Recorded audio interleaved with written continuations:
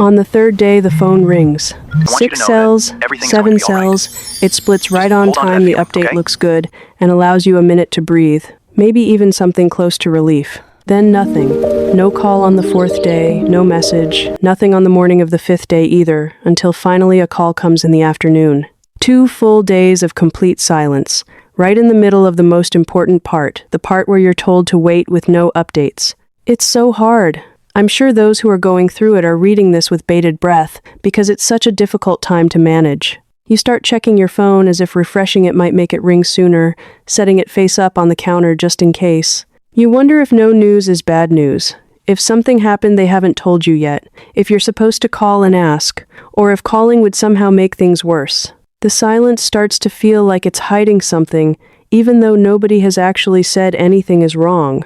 It doesn't necessarily mean anything is wrong. Those 2 quiet days may simply reflect your clinic following its normal protocol, not a sign that something is being kept from you, but not proof that everything is fine either. The silence itself doesn't reveal the outcome either way. Here's what's happening while your phone stays silent. Between day 3 and day 5, an embryo goes through one of the most significant developmental transitions of the entire process, from a small cluster of 6 to 8 cells into a blastocyst of over 100 cells, organizing into 2 distinct groups for the first time. One group will go on to form the placenta, the other holds the cells that could become the baby. A small fluid-filled cavity also begins forming during this window, part of what defines a blastocyst. This takes real time, and it happens on its own timeline for each embryo. Some reach it by day 5, some need until day 6. A later blastocyst may still be clinically usable, and only the embryology team can interpret the timing in that cycle.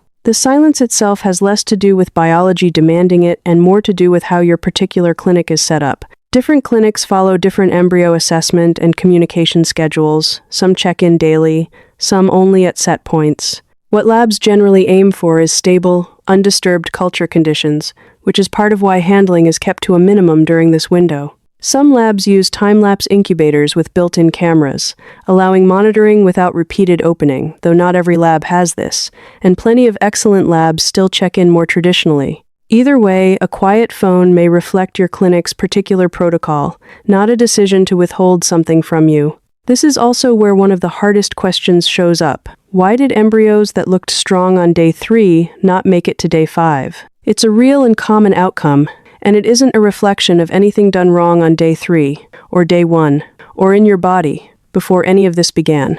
Early cell division can look completely on track and still not be the same thing as the deeper reorganization. A blastocyst requires dividing evenly, is one kind of progress, and organizing into 2 distinct cell types is a separate, more demanding one. A good day 3 report is genuinely good news. In the moment, it just isn't a guarantee about day 5, because clinics are measuring 2 different kinds of progress at 2 different stages, using 2 different standards. If you're in this blackout window right now, the waiting itself deserves to be named as its own difficult part of the process, not a smaller cousin of the transfer wait or the beta wait, but a real stretch of uncertainty that happens to come with no information attached to it at all. It's arguably harder in some ways, precisely because there's nothing to check, nothing to interpret, nothing to do but wait for a door that isn't opening yet. You're allowed to find this specific kind of quiet hard, even if you know, logically, that it's expected and that no news genuinely isn't the same thing as bad news here. One thing that can help: ask your clinic directly what their communication policy actually is before you're sitting in the silence wondering. Some clinics call only if there's a change requiring your input. Others call once, on day 5 or 6, regardless of how things are going.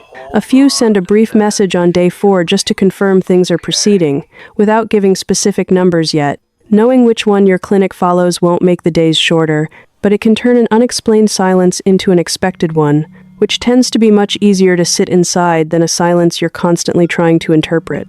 It also helps to give yourself something to do with the specific hours you know are the hardest, often the exact time of day the previous call came in. Plan something small and absorbing for that window, not to distract yourself from caring, but so the waiting has somewhere to live besides staring at your phone on the counter or refreshing an inbox that isn't going to update any faster for the attention. When day 5 arrives, remember that whatever number comes back, it represents embryos that continued through one of the most significant developmental transitions of the entire process so far. cells that reorganized themselves and kept developing through 2 full days you couldn't see or influence, whether or not anyone called to tell you about it along the way. This video offers general educational context about embryo development, not personalized medical interpretation. For questions about your own embryos, your clinic's specific timeline, or what your results mean, your care team has the full picture that no general explanation like this one can offer. If you're in the blackout window right now, what's been the hardest part, the silence itself, or not knowing what it means? If you're moving through IVF one uncertain day at a time, Embryo is here to help you feel more informed, more supported, and less alone through every stage of the wait. Subscribe, and we'll keep walking through each stage together. Next time, we'll look at what those embryo grades and letters on your Day 5 report actually mean, and why a lower grade isn't the same thing as a lower chance. The silence between Day 3 and Day 5 isn't empty. It's just happening somewhere you can't see it yet.